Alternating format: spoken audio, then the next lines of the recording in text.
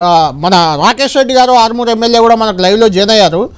రాకేష్ రెడ్డి గారు, మీరు రియాక్ట్ కండి. కేంద్ర ప్రభుత్వం నుంచి యూరియా సరఫరా కాకపోవడం వల్లే ఈ పరిస్థితి వచ్చిందని చెప్తున్నారు. దీనికి మీరేమంటారు రాకేష్ రెడ్డి గారు?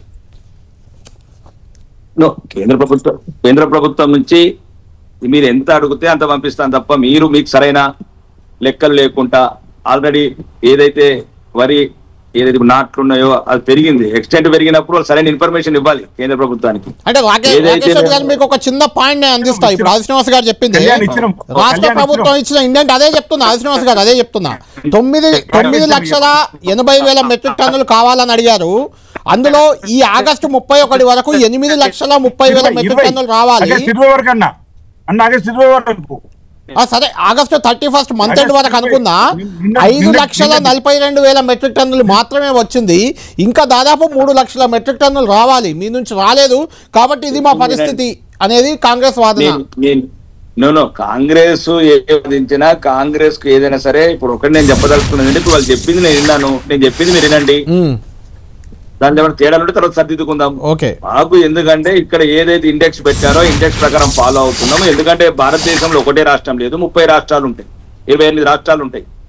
దాన్ని బట్టి వీళ్ళు ఇండెక్స్ ఎంత పెట్టారో దాని ప్రకారం మేము రిలీజ్ చేసుకుంటా పోతాము. రెండోది ఏంటంటే పోయిన రబీలో వీళ్ళ దగ్గర 2 లక్షల సుమారు 2,05,000 10,000 టన్నుల యూరియా బఫర్ స్టాక్ ఉంది.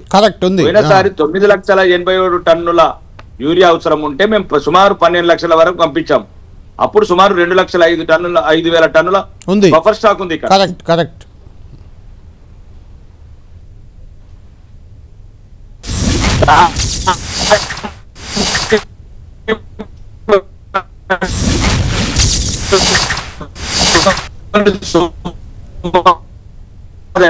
ఎంకరేజ్ చేసేందుకు 2 పార్టీలు రాజకీయాలు చేయడం తప్ప రైతుకు మీకేం కాదు. ఇంతకుముందు ముఖ్యమంత్రి గారు స్టాక్ స్టేట్మెంట్ ఇచ్చారు ఒక 1 మంత్ బ్యాక్. యూరియా ఎట్టి పరిస్థితి తక్కువ లేదు, అన్ని చోట్ల అన్ని రకాలుగా అందుబాటులో ఉంది, ఎవ్వరు కూడా దళారుల మాటలు నమ్మద్దు అని ఈ రాష్ట్ర ముఖ్యమంత్రి ఎందుకు ఇచ్చాడు స్టేట్మెంట్? ఈ రాష్ట్ర ముఖ్యమంత్రి కదా, తెలంగాణ రాష్ట్ర ముఖ్యమంత్రి రేవంత్ రెడ్డి గారు స్టేట్మెంట్ ఇచ్చారు, మీరు దళారుల మాటలు నమ్మకండి రాజకీయ నాయకులు. ఇప్పుడు ఒక్కొక్కరు రకరకాలు ఉన్నది. ఈ 2 పార్టీలకి ఏంటంటే రైతాంగం ముఖ్యం కాదు.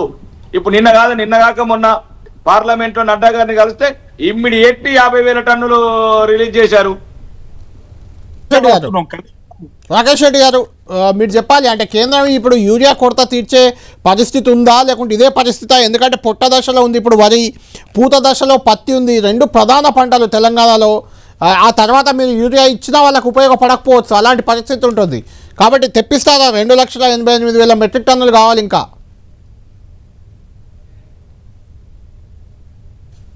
రాకేష్ రెడ్డి గారు, అవునండి, ఇమీడియట్. అందుకే వేరే రాష్ట్రాలకు కేటాయించింది కూడా తెలంగాణకు కేటాయించామండి.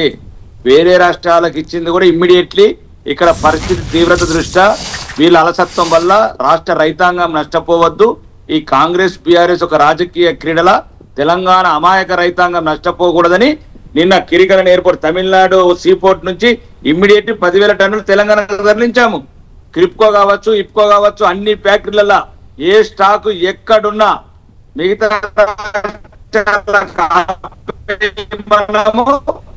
తెలంగాణకు రైలు వ్యాగన్లలో నింపి కేంద్ర ఇప్పుడు చెప్పారు కదా. ఇప్పుడు ఎవరో మిత్రుడు చెప్పారు, మరి నేను ఆన్లైన్ లో సరిగ్గా ఫోటో చూడలేకపోయినా, రాధామోహన్ సింగ్ గారు ఏ రకంగా ఇదే భారతీయ జనతా పార్టీకి ఎటువంటి పక్షపాతము ఎటువంటి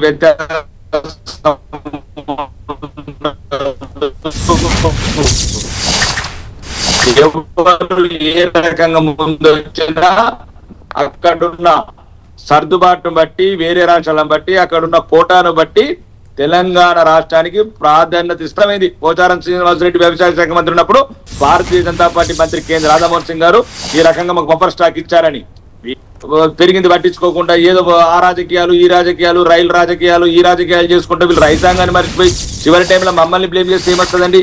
అప్పటికి కూడా వీళ్ళ తప్పులని మన్నించి వీళ్ళ రాజకీయ క్రీడలో తెలంగాణ రైతం బలి కాకూడదని ఎక్కడెక్కడ మిగతా రాష్ట్రాలు దాపేసి తెలంగాణకు పంపిస్తున్నాం 50,000 టన్నులు. మిగతాది కూడా వీలైన తొందరలో పంపించేస్తాం.